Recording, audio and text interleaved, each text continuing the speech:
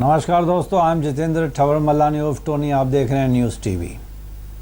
आज की पॉलिटिक्स को हम एक नाम दे सकते हैं, डर्टी पॉलिटिक्स। यस, बोलना ख़राब लग रहा है बट विथ ड्यू रिस्पेक्ट आज की जो पॉलिटिक्स है या जो पॉलिटिशियंस, सबका नहीं, कुछ कुछ पॉलिटिशियंस का जो बिहेवियर है दैट इज़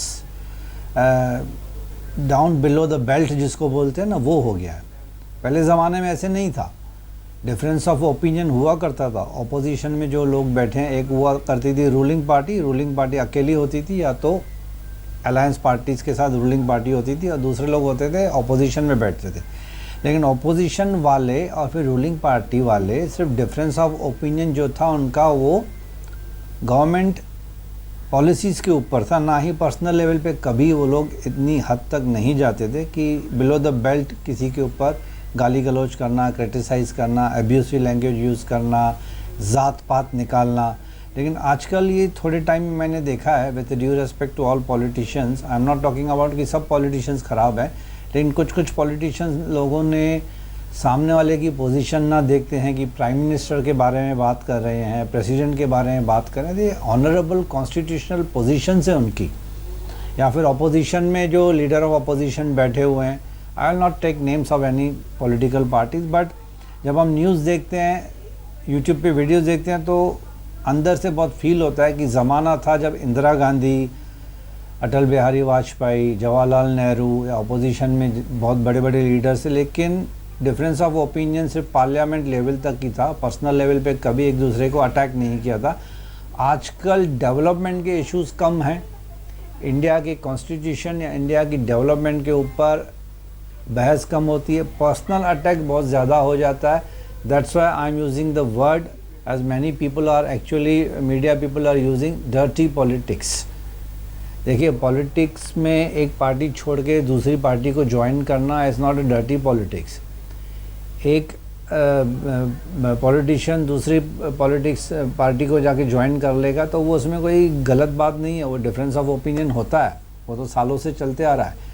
लेकिन बड़े बड़े मिनिस्टर्स, प्राइम मिनिस्टर्स को, लीडर ऑफ अपोजिशन एक दूसरे को गाली गलौज कर रहे हैं, अब्यूसिव लैंग्वेज यूज़ कर रहे हैं, 56 इंचज़ की छाती, देन फिर पप्पू बोलना किसी को, चौकीदार चोर है, ऐसे बहुत ज़्यादा गंदे गंदे वर्ड यूज़ कर रहे हैं। लेकिन हाउ कैन वी फॉरगेट कि we are talking about the honourable prime minister of India and honourable president of India, या फिर ऑनरेबल होम मिनिस्टर, या फिर चीफ मिनिस्टर, या फिर मिनिस्टर, एमएलए, एमपीज़, सबकी एक बहुत बड़ी पोजीशन है, अच्छी खासी पॉलिटिकल पोस्ट है। मुझे नहीं लगता कि इतनी गंदी लैंग्वेज में एक दूसरे को गाली गलौज करना, एब्यूसिव लैंग्वेज यूज़ करना, पब्लिक में, प्रेस कॉन्फ्रेंस में एक दूसरे को क्रिटिसाइज़ करना, और इस गंदी हद तक जानवरों का नाम तक दिए जाते हैं एक दूसरे को।